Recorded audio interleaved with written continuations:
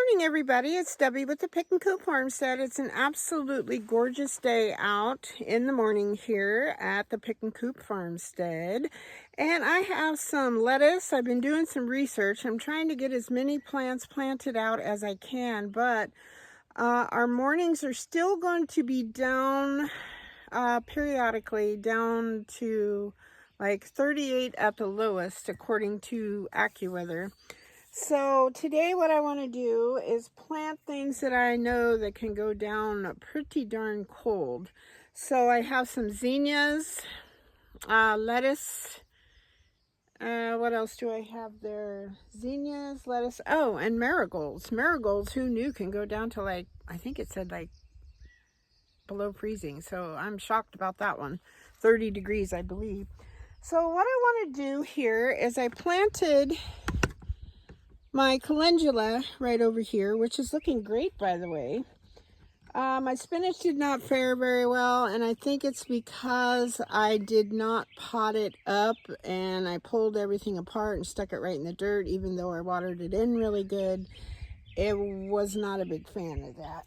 So today we're going to do lettuce, and we're going to hope it's going to be the same situation, but I don't want to take the time to pot it up. So here we go. So I have this area right here. Let's see if I can get a little better. There we go. And as you can see, my lettuce is looking pretty sad. It needs out of this pot. There's way too many in here. I have to make a note next year to try to do these in like 6-packs or pony packs, couple seeds per cell. And yeah. So I've watered them in really well. And these are just like anything else. We need to kind of tease them apart. And this time I made rows. So what I'm going to do is gently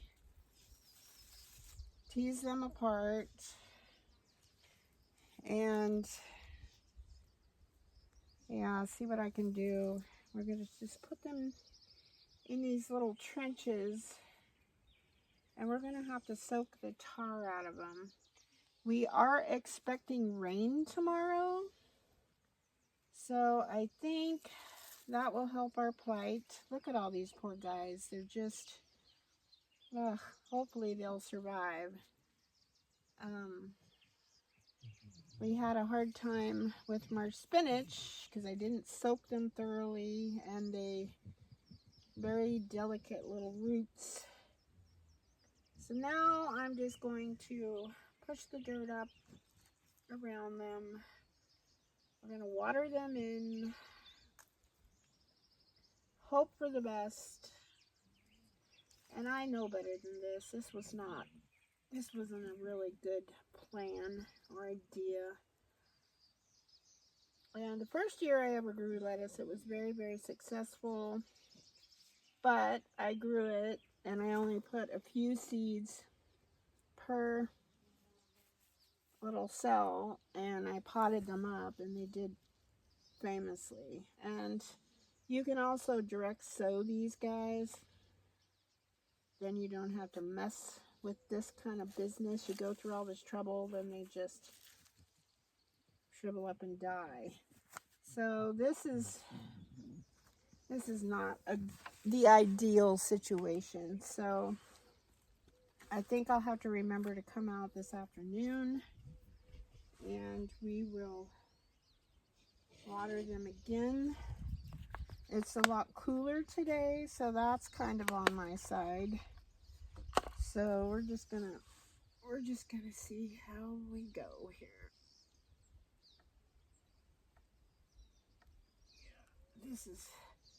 And then I'm planting in between onions. There we go. Oops. There we go. This is kind of, I'm thinking, a wasted effort, but this is what we're doing, so. Okay, we're gonna water these guys in really well.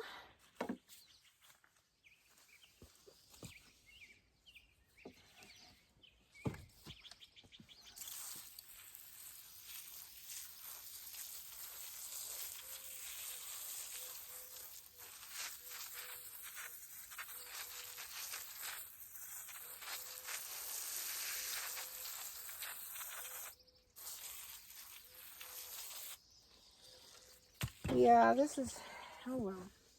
It is what it is. But I do have some good news. I've got some carrots coming up, finally.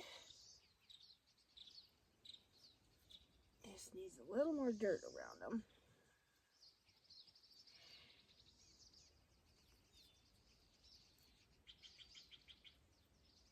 Yeah, this was kind of a lost cause on these, but oh well, it is what it is.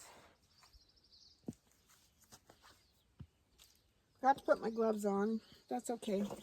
All right, next I'm going to be planting some marigolds in between these plants that I've been planting. All right, these are called Queen Sophia marigolds. They're nice and beautiful and healthy. Let's hope we don't kill these little guys. I like to plant them around my plants because they are a natural bug deterrent.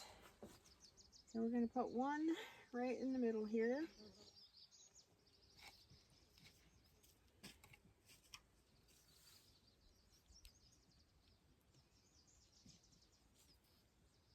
I was surprised at how cold these guys can go down to.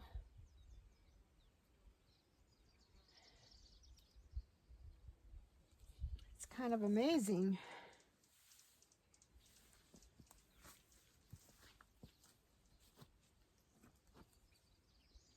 I don't know if you can see me. Oh, you can't see me down here. Hold on. Let's go.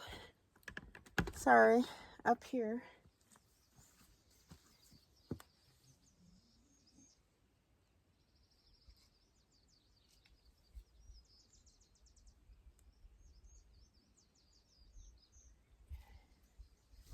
And these, I'm not going to put the plant stake marker in because they're pretty, you can tell what they are, in other words. Pretty easy to spot and identify. All right, I want this one next to my carrots.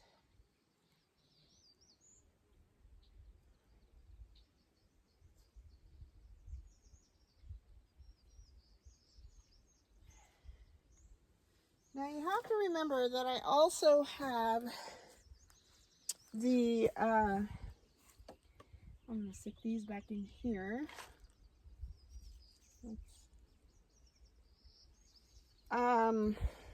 Giant marigolds too.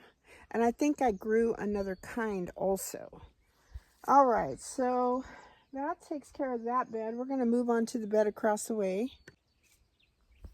So now we're over in my little cruciferous bed. We got little holes. I don't know that my little potato slices are working. I can't remember where exactly I saw the roly-polies. But none of my plants are decapitated. Some of them look like they have gotten eaten though. I will say that. I don't know by what. But there's nothing on my potato plants, or excuse me, my potato slices, I should say. So what I'm doing is I'm just planting these every few plants right down the middle of my row. I probably should zigzag them.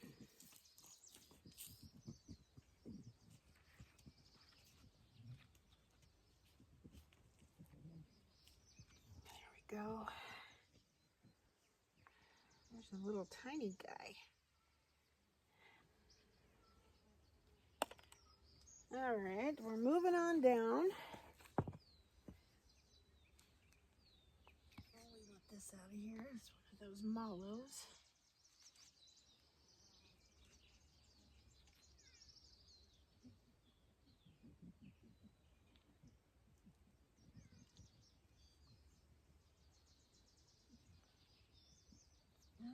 Okay.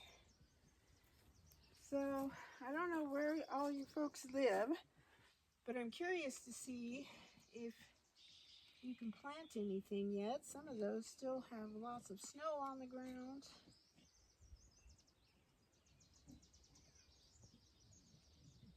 And some of you are already harvesting things from your garden. So I'm kind of curious. Let me know what you got. What you got going on there? All right, here we go. These are little tiny ones. They do have, this one does have its true leaves, so it should have a good shot. I'm just going to water them in really well. So let me know what you got going on. If you are still patiently waiting for above freezing, or if you are planting and or harvesting. I'm going to water all these little guys. So for the next month, I think, like I said earlier, the lowest it's supposed to get, and we always have to take a few. Oh, I dropped one right here, poor little fella. I'm just gonna stick him right in there, see if he'll grow. Oh, probably not. Well, that's okay.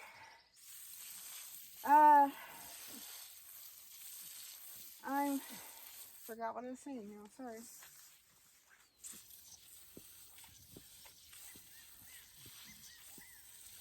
Totally lost my train of thought. Well, here's another one. Good gravy. He says, I need a home too. He probably won't make it. He's kind of tender. But there's a lot of these things that can go down to 30 degrees. Some of them even lower. And so my 30-day forecast, I used AccuWeather. 30 days, the farther out you go, the less accurate it becomes. So you're taking a risk there. And then I have a little indoor-outdoor weather station in my house. And I always have to plan it 4 to 6 degrees lower, summer and winter, than what it actually is. So even knocking those off, I should be okay. So I'm going to water my carrots a little more. I'm tickled pink. I'm getting some carrots in here. The birds didn't eat them all. All right, there we go. So everything is planted and watered. Please pray for my lettuce. I don't truly gonna think it's gonna make it, and that's gonna be all my fault, I know. But anyways, yeah, so I think I'll be okay. I cannot plant cucumbers, squash. Cucumbers can go a little lower, but definitely no squash, no beans, no tomatoes, and definitely no peppers and eggplants. So those things are still held hostage in the house. So I'm just going to give you a little garden tour of what I got going right now. Oh, you know what? I have some zinnias too. So I need to plant those. I like to put those at the end of my beds just for color. And they are very, very prolific. So I'm going to do some of those too. So let's do those before we do the garden tour. I'm going to put you down right here. And I think we'll plant some on both sides. I like them to where they grow up along the walkways. And then I can just walk by and harvest them.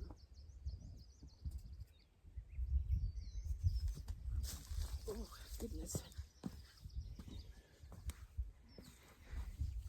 Okay, these are called Cut and Come Again. As you can see, they really want out of here bad. So I'm going to move this. There we go. I I have this little plastic owl. I don't know if you could see him. I usually put him up on a post. But I thought I saw a squirrel hole out here, not in my beds, but in my the ground, and I'm like, great. And we pretty much eradicated the squirrel population, at least the ground squirrels, because the cattle run around here and everything. And what I mean by eradicated is catch and release. I have a squirrelinator, and I catch them, and the hubby takes them far away and lets them go. A lot of people say, oh my gosh, I can't believe you do that. Well, it's a live trap. It's like, I feel terrible. I do the same thing with the mice. I have a live mouse trap. And yeah, so that's how that works. All right, so I've got 4 little holes here.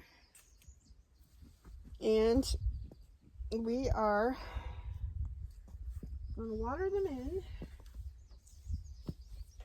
My faithful partner Johnny is out here.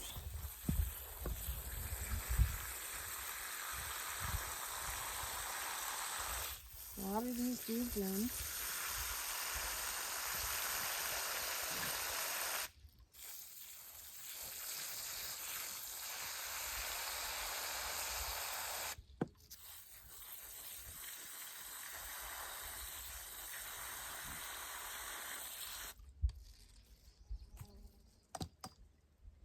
Okay, so here we go with the zinnias. These are cut and come again, so I'm going to stick that right there. That way, if I choose to save seeds, I'll know what these are. All right. So if they're super close together, I'm just going to put them together.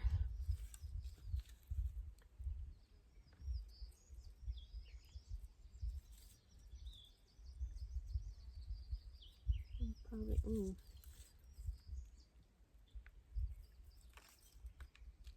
There we go.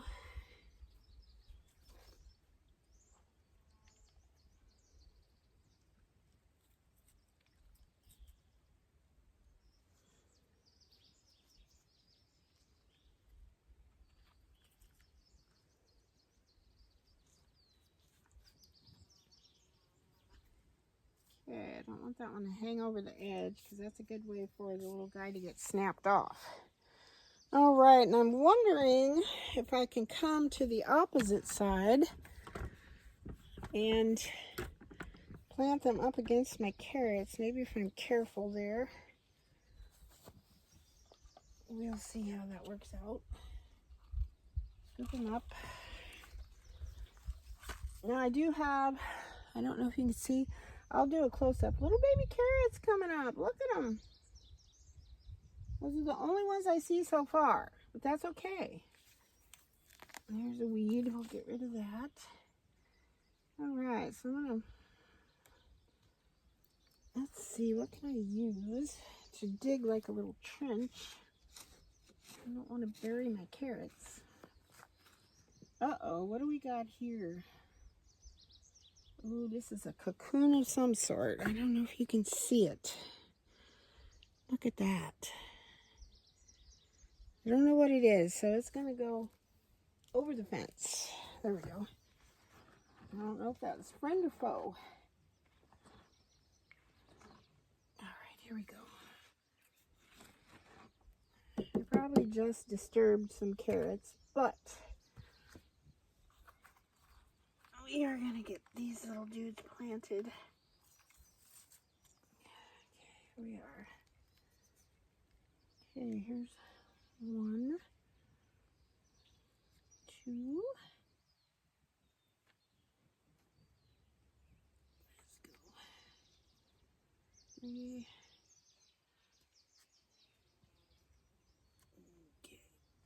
I guess the carrots are kind of a wing and a prayer for me anyways, so Uh-oh, this one got decapitated. So that one might not grow. Okay, here we go.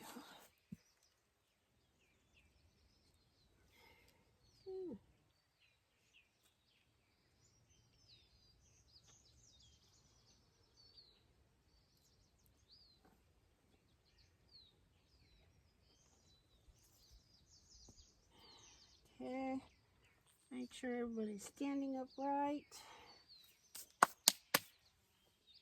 And where can we put these ones? Maybe we'll move them up forward here.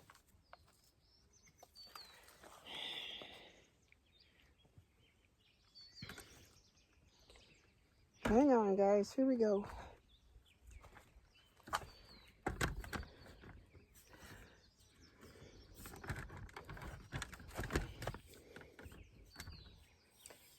Let's see. I don't know that I want to plant them so close to that.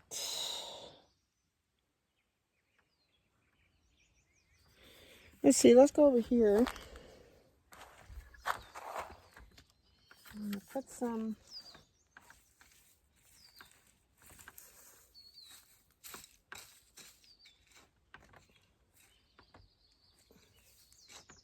Put some right in the corner. I don't know if you can see that or not. There we go. Right down here in the corner. They seem to grow really well on the corners of these beds, and they really weren't in the way. Man, this is a big weed. Oh! I'm like, come on, old lady. Look at that dude. He needed to get out of here. Okay, we're going to push you up there.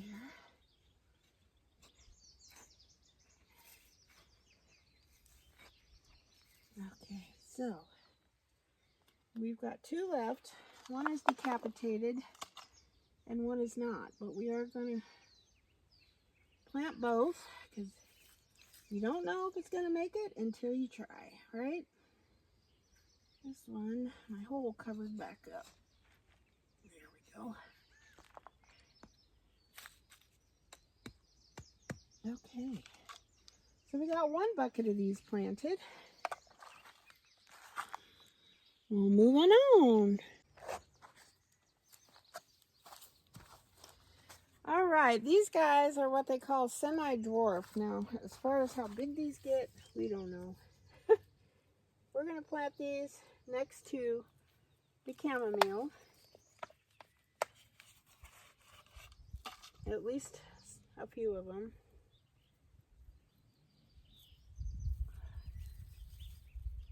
Trying to get them out of here without breaking them is super hard. I waited way too long.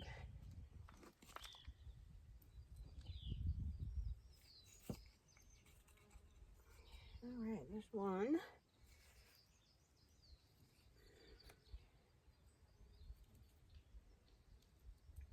Oh, this one got kind of broke too, so he'll probably not come to fruition, but we're going to give it a good try.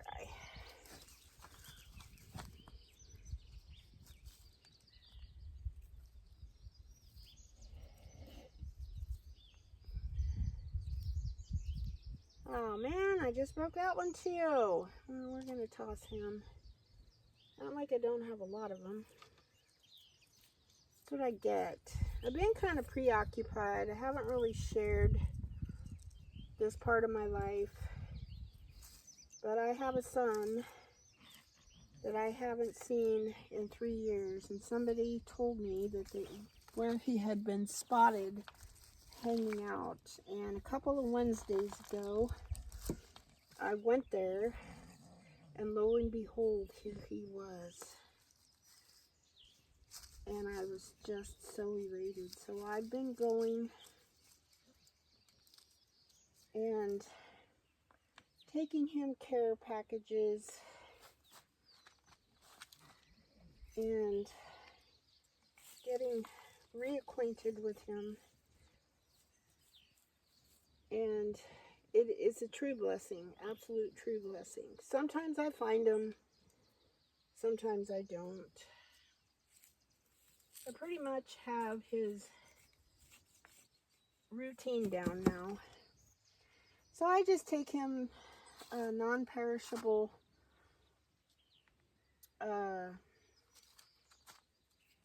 what do you call it? Non-perishable food. Last time I took him some socks. He's 40 years old, and he just has been living a lifestyle that is unimaginable. And I do know that I cannot change it. But I do not give him money, that type of thing. But I do give him food. He shares with his friends. There's so many wonderful kids out there. I say kids because I'm old. And they are just, they're lost. But they have a good community. And they help take care of each other. You know, and so one day, I hope he's actually ready to get some help. Until that day, I pray for him and his friends every day.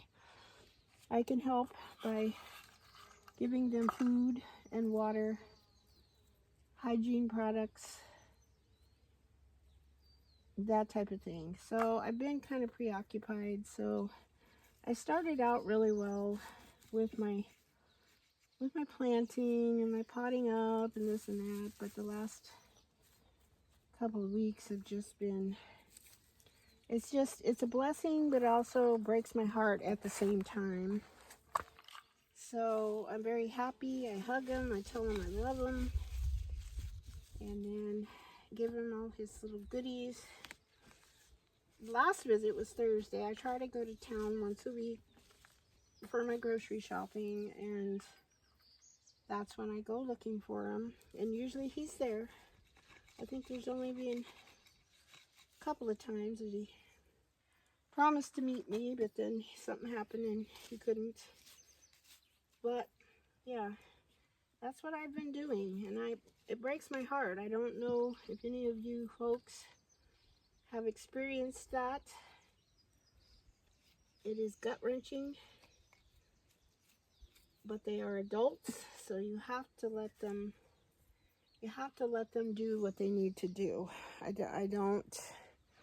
You can't force them to get help. You just pray and let God handle that so it doesn't eat you up, because it will eat you up.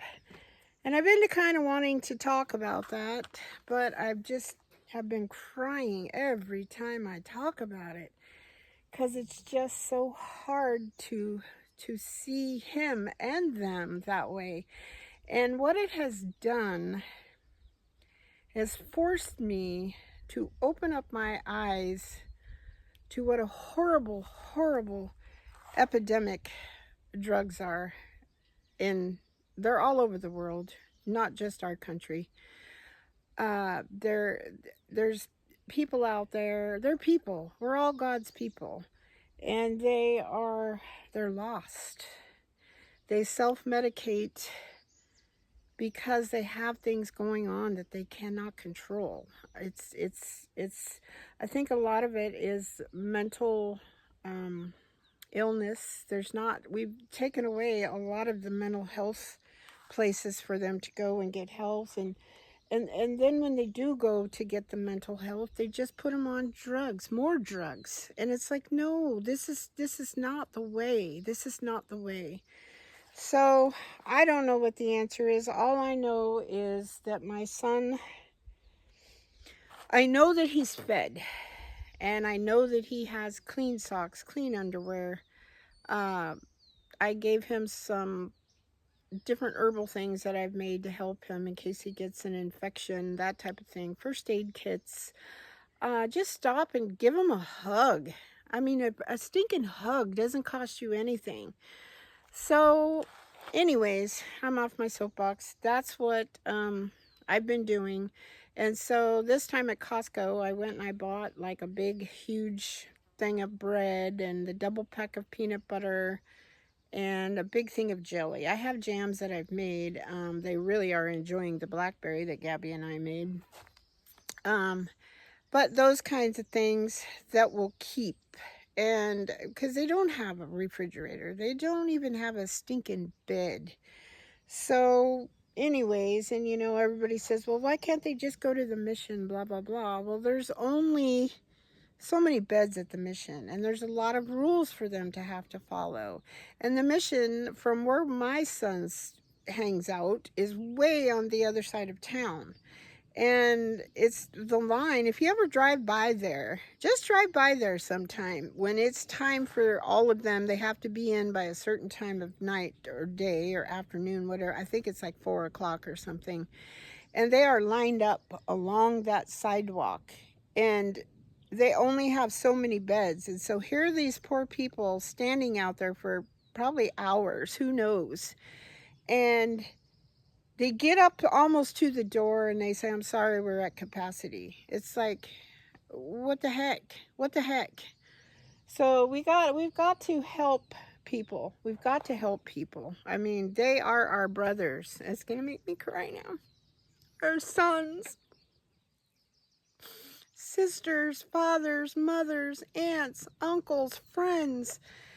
And I say kids, they're not all kids. There are folks out there my age. I mean, I can't imagine what they go through in the wintertime when it's cold. And sometimes it snows in Redding. The summertime. And when it's 110, it's like, grab a case of bottled water, throw it in an ice chest. And when you see somebody, stop and give them one. Give them a hug, like I said. It's just, that can mean all the difference for someone. So anyways, I'm off my soapbox. I don't know how I even got there. I think because I started thinking about it. And I'm wondering why I let my plants get in this state. And anyways, so that's what's been going on. But try it next time you drive around. Just take a look. Just take a look. And like my son says, he says, Mom, the drugs are everywhere. They're everywhere, and they're cheap. So these people, they pick up cans and bottles all night long, because if they don't have the drugs, they become very, very ill. People they vomit, they go into convulsions. I mean, they could die. They can't just withdraw. They're so sick. And so this way it keeps them going. It's a vicious cycle, and the only people that are making money off of these poor kids are the drug dealers, the county, the city. It's just, it's an epidemic, and it's like everybody stands to make money off of these poor people. And fentanyl is just, it's ridiculous. It's like, I'm going to go buy myself a couple of things of Narcan just to keep in my car and in my purse, because I mean, you just never know. That stuff is like playing Russian roulette. All drugs are bad, but it's bad. It's cheap. It's everywhere, like he says. And if he's saying that, then yeah, it's everywhere. So anyways, just maybe pray for my son. Pray for the rest of the people out there. I mean, that's huge too. Praying is huge. So anyways, sorry about that. I'm going to finish my planting. I'm going to get off my soapbox here. And I hope you all have a wonderful day. Thank you so much for watching. I hope the sun is shining where you are. I hope you're safe, happy, and healthy. All right, folks. Love you. Bye-bye.